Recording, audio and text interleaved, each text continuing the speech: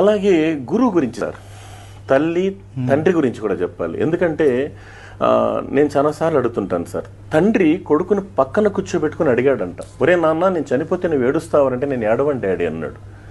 నీకు జన్మనిచ్చినాను రా అన్నాడు. అయితే ఏమి, నీకోసం ఎంతో త్యాగం చేశాను రా, చేసింటే నువ్వు మనిషి కాదు అనుకో, నువ్వు కసాయి అనుకో, నువ్వేమని అనుకో డాడీ, నువ్వు బండరాయి అనుకో. అప్పుడు అబ్బాయి చెప్పాడు, ఓ నాన్న మీరు చనిపోయిన తర్వాత నేను ఏడుస్తానో లేదో మీకు ఎలా తెలుస్తుంది? డాడీ మీరు చనిపోయిన తర్వాత నేను ఏడుస్తానో లేదో మీకు ఎలా తెలుస్తుంది డాడీ? మీరు బ్రతికుండగా మీ కంట్లో కన్నీరు రాకుండా చూసే దమ్మున్న కొడుకు డాడీ వీడున్నమాట. ఇది తండ్రి విలువ గురించి చెప్తాం సార్. గురువు గురించి మరి గురువు గురించి చెప్పేటప్పుడు సానియాను తయారు చేయాలన్నా, సోనియాను తయారు చేయాలన్నా, ఒసామాను తయారు చేయాలన్నా, ఒబామాను తయారు చేయాలన్నా, బిల్ కలెక్టర్ను తయారు చేయాలన్నా, బిల్ క్లింటన్ను తయారు చేయాలన్నా, జ్ఞాన దాహాన్ని తీర్చే రక్షిత మంచినీటి చెరువు లాంటి గురువుల్ని గౌరవిస్తే నీ బ్రతుకు బంగారమయం నాయనని చెప్తాం సార్. ఎందుకంటే తల్లి, తండ్రి, గురువు ఈ 3 స్థానాలు సార్. ఎందుకంటే మీకు తెలియంది కాదు సార్, మనం ప్రస్తుతం అందరికీ తెలిసిన విషయాలే.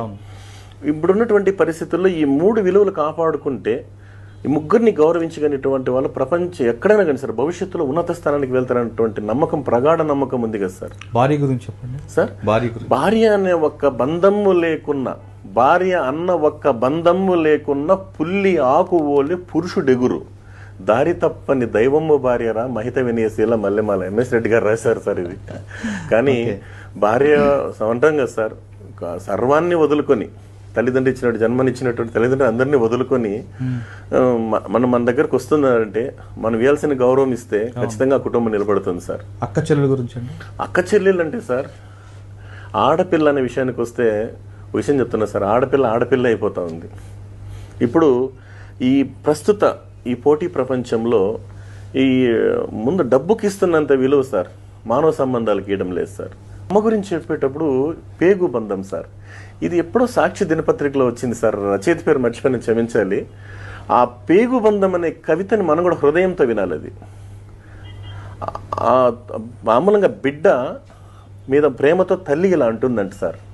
పేగు బంధం కవిత పేరు. ఒరే నాన్న నీవు మొదటిసారి గర్భాన కదిలినప్పుడు పరమానందం కలిగింది నన్నమ్మను చేస్తున్నావని, నీవు ఊపిరాడనీయకుండా కదులుతూ హడావుడి చేస్తుంటే ఉత్సాహం కనిపించింది హుషారైన వాడివని, నన్ను చీల్చుకుని ఈ లోకంలోకి వచ్చాక మమకారం పొంగింది నా ప్రతిరూపానివని, నా రక్తాన్ని పాలుగా తాగుతూ ఉంటే బోలెడంత ఆశ కలిగింది అందరికంటే బలవంతుడివి కావాలని, చిన్నప్పుడు తప్పటడుగులు వేస్తూ ఇల్లంతా తిరుగుతూ ఉంటే తట్టుకోలేనంత ఆనందం కలిగింది నీ కాళ్ళ మీద నువ్వు నిలబడగలవని, ఆ అడుగుల్లోనే కాస్త దూరమైతే ఆశీర్వదించాలనిపించింది నువ్వు గొప్పవాడివి కావాలని, జీవన ఒత్తిడిలో పడి నన్ను మరచిపోతే కొండంత ధైర్యం వచ్చింది నేను లేకపోయినా నువ్వు బ్రతకగలవని, ప్రాణం పోయేటప్పుడు కంటతడి పెట్టనందుకు తృప్తిగా ఉంది నీకు తట్టుకునే శక్తి ఉందని, ఇప్పుడే